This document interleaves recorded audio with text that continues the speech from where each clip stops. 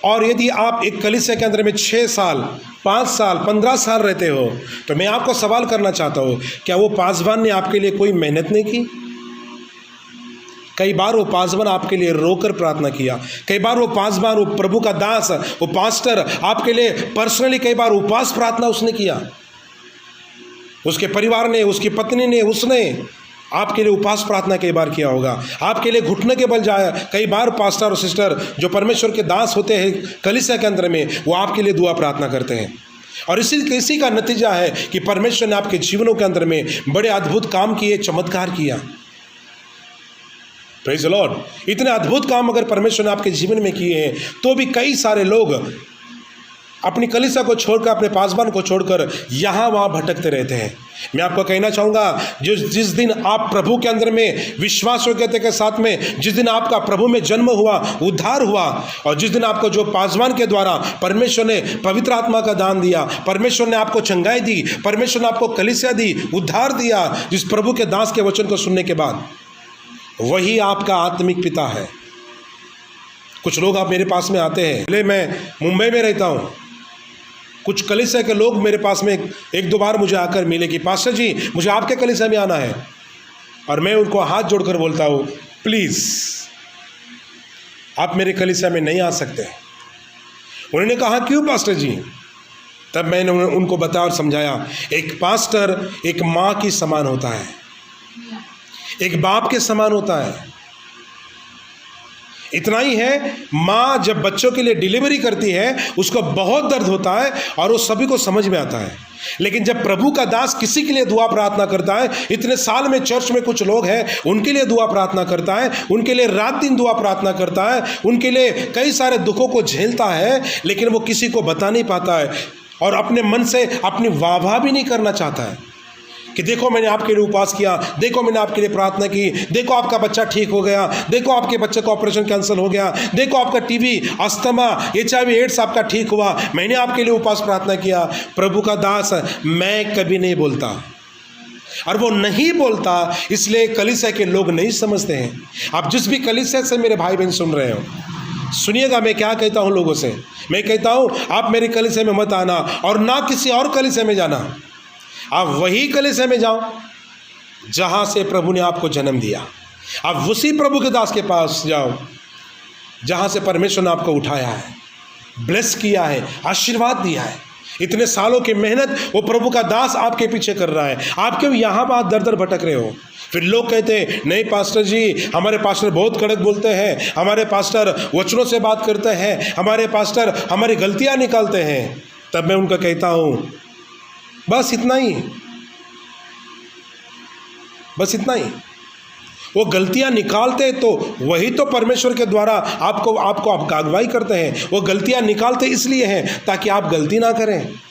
वो आपको डांटते इसलिए हैं ताकि आप दूसरी बार, अगली बार कोई गलती ना करें।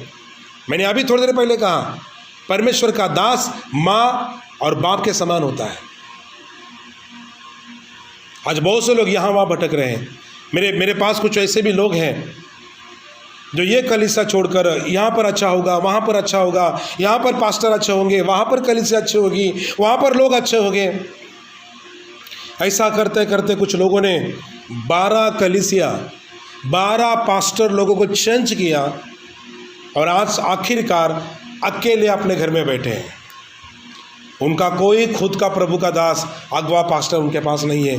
उनके पास कोई अपनी खुद की कलीसिया नहीं है कि कह सकते हैं ये मेरा चर्च है, ये मेरे प्रभु का दास मेरा पास्टर है। नहीं कह सकते हैं। 12 कलीसिया, 12 पासवानों के पास जाकर भी एक भी उनका पास्टर नहीं है और एक भी कलीसिया उनके नहीं है। हाल ही में लॉकडाउन के बीच में एक व्यक्ति मुझे मिला और वो 3 कलीसिया जाकर आया। और मैंने उसको कहा फिर 3 कलीसिया में जाकर आए तो क्या लगा आपको? उन्होंने बताया सब वैसा ही है।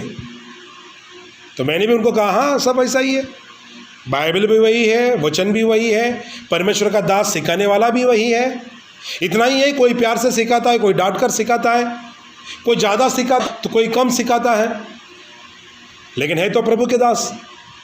आप जहाँ भी जाओ परमेश्वर के वचनों को वहाँ भी देखोगे। तो मैंने उनको कहा लॉकडाउन के बीच में अब जहाँ से पहली कलीसिया से परमेश्वर ने आपको जहाँ से आशीष दिया, जहाँ से आपकी शुरुआत जो पहली कलीसिया से है, वही आपका चर्च है और वही आपका आत्मिक पिता बाप है। जितने भाई बहन मुझे सुन रहे हैं, मेरे भाई बहन, हाँ, ये बात मैं आपको भी कह रहा हूँ। जहाँ आपको पहला कलीसिया मिली, जहाँ पर आपको पहला कोई पासवान मिला, वही आपका पासवान है। आप गुस्सा ना करें उनसे। आपका बाप आपको गुस्सा करता है, आपका बाप आपको अनाप शनाप बोलता होगा, आपका बाप आपको परेशान करता होगा, पर मेरा सवाल आपके लिए है, तो क्या आप अपने बाप का घर छोड़कर भागते हैं? यदि आपका पास्टर आपको कुछ बोलता होगा, यदि आपका पास्टर को आप समझाने के लिए ये मत करो, वो मत करो, ऐसा नहीं करना चाहिए, हम प्रार्थना करने वाले को शोभा नहीं देता है, हम ये नहीं करना चाहिए, हम गलत जीवन नहीं जीना चाहिए, हम चुगली नहीं करना चाहिए, हम निंदा नहीं करना चाहिए, यदि आपका पास्टर यदि आपको ऐसा बोलता है,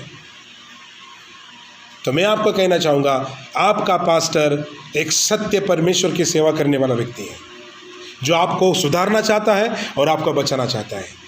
मैं आपसे पूछना चाहूँगा मेरे भाई बहन, क्यों भागना चाहते हो एक सच्चे परमेश्वर के दास से और कलीसिया से? यदि मेरे शब्द के द्वारा, वचनों के द्वारा प्रभु आपसे बात कर रहा है, तो आज ही अपना निर्णय बदलेंगे आप और अपने पास्टर के पास जाकर उनको क्षमा मांगकर कहेंगे, पास्टर आई एम सॉरी, मुझे क्षमा करो, यही मेरी कलीसिया है और आप ही मेरे आत्मिक पिता हैं, आप मेरे पास्टर हैं। अगर नमक का स्वाद बिगड़ जाए, हाँ, कोई मुझे सुन रहा है, आपको लग रहा है ये वचन को सुनने के बाद कि मेरा नमक का स्वाद उड़ गया है,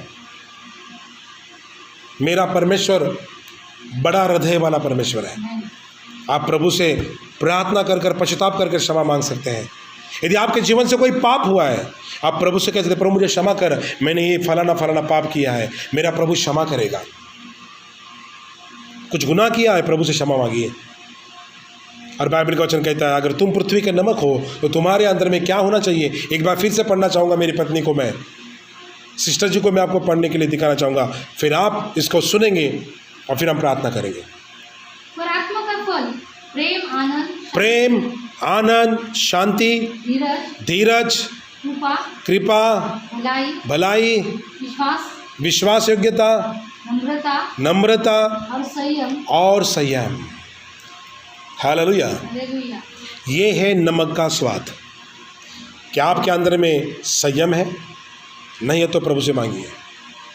कभी कुछ कोई हमें बोलता है, हमें बहुत गुस्सा आता है, और वो इसलिए आता है कि हमारा परिवर्तन जैसा होना चाहिए था वैसा नहीं हुआ। अगर आप आज भी, कोई मुझे सुन रहे हैं, किसी की चुगली सुनने में आपको मज़ा आ रहा है, किसी के कान में कुछ बोलने के लिए आपको मज़ा अगर आ रहा है, अच्छा लग रहा है, तो मैं आपको कहना चाहूँगा, आपका स्वाद बिगड़ गया है। हो सकता है मेरी बात आपको कड़वी लगेगी, लेकिन मैं सच्चाई के वचन आपके बीच में दे रहा हूँ। हाँ मेरे भाई बहन, एक प्रभु का सच्चा बच्चा बने, एक प्रभु का सच्चा विश्वासी व्यक्ति बने।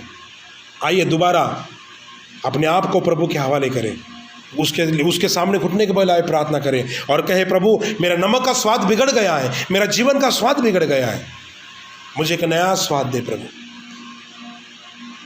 मुझे नया स्वाद दे, मेरे अंदर में धीरज दे, मेरे अंदर में प्रेम दे, मेरे अंदर में भलाई दे, कृपा दे, संयम मेरे अंदर में दे। क्या आप तैयार हैं कि परमेश्वर मेरे अंदर में वो सारे फल, सारे वरदान, वो नमक का स्वाद मेरे जीवन के अंदर में दे? हाँ मेरे प्रियो, हमने पहले ही पढ़ा मत्ती 5 अध्याय के अंदर में, यदि नमक का स्वाद बिगड़ जाए तो कौन सी चीज़ उसके अंदर में डालकर उसको नमकीन किया जाएगा? कोई भी चीज़ नहीं है। और आखिर में नीचे ऐसा लिखा है कि वो नमक फेंक दिया जाता है रोड के ऊपर में, रास्ते पर, और लोग अपने पाँव के तले उसको रोनते निकल जाते हैं। आपका मेरा जीवन लोगों के पाँव के तले रोने के लिए प्रभु ने नहीं चुना है। आपको मुझे परमेश्वर ने किसी और के बारे में भला, बुरा, खट्टा, कड़वा बोलने के लिए नहीं चुना है। प्रभु ने आपको मुझको एक अच्छी जबान, एक अच्छा हृदय देने के लिए, परिवर्तन जीवन के लिए, पवित्र जीवन जीने के लिए चुना है। क्यों ना आज हम कहे, प्रभु मेरे अंदर में नमक डाल, नमकीना पट डाल मेरे अंदर। मैं किसी के लिए ठोकर का कारण नहीं, परंतु मैं किसी के लिए आशीर्वाद या आशीष का कारण बनूं। आइए अपनी आंखों को बंद करेंगे और प्रार्थना करेंगे।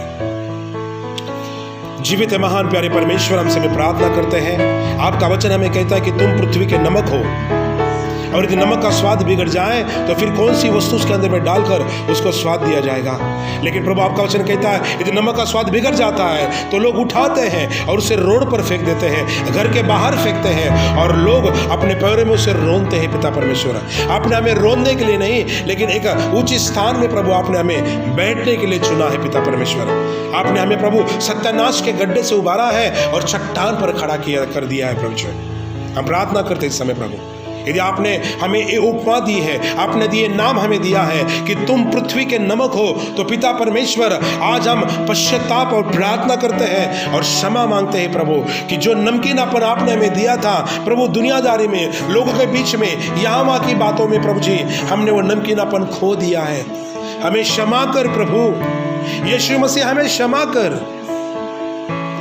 और आज फिर से एक बार हमारे गुनाह की, पापों की क्षमा करके प्रभु हमारे अंदर में एक नयापन, तेरा वचन कहता है पुरानी बातें बीत गई, देखो सब कुछ नया हो गया है। सारी पुरानी बातें, सारे गलत बुरे व्यवहार, सारे संसार की अभिलाषा हमारे जीवन से नष्ट करे प्रभु, और एक नमकीनापन प्रभु, प्रेम, आनंद, शांति, धीरज, कृपा, भलाई, विश्वास, नम्रता, ये सारी बातें, धीरज हमारे जीवन के अंदर में दे।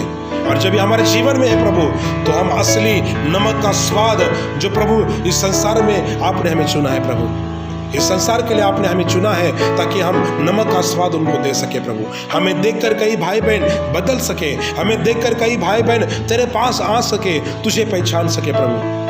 हम इस समय दुआ प्रार्थना करते हैं, जो भाई बहन आज इस समय प्रार्थना कर रहा है और अपनी गलती को जान गया है, अपनी बातों को जान गया है और पश्चाताप कर रहा है और प्रार्थना कर रहा है प्रभु, ऐसे भाई बहन को आज इसी घड़ी छू ले, यीशु के नाम से पहुंचे, उन पर तेरा अभिषेक आने दे प्रभु, उन भाई बहन पर तेरी आग उतरने दे, उनके जीवन को प्रभु अभिषेक के द्वारा पूरे तरीके से उनके जीवन को बदल दे यीशु के नाम से।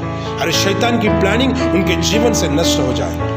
धन्यवाद करते हैं, बहुत ऐसे आशीष करें, यीशु मसीह के नाम से मांगते हैं, आमीन